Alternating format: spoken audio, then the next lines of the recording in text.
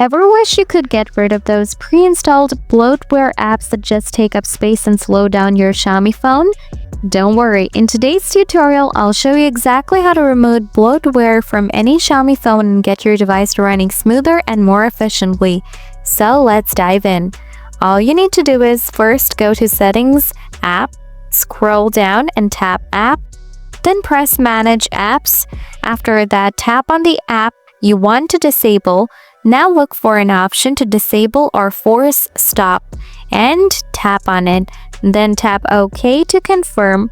Remember, disabling an app doesn't completely remove it, but it prevents it from running in the background and consuming resources. You can re-enable it if needed. Thanks for watching. Now that you know how to remove bloatware and disable unwanted system apps on your Xiaomi phone, if you found this video helpful, don't forget to give it a thumbs up and subscribe for more tips and tricks. Have any questions or run into issues? Drop a comment below and I'll be happy to help. See you in the next video.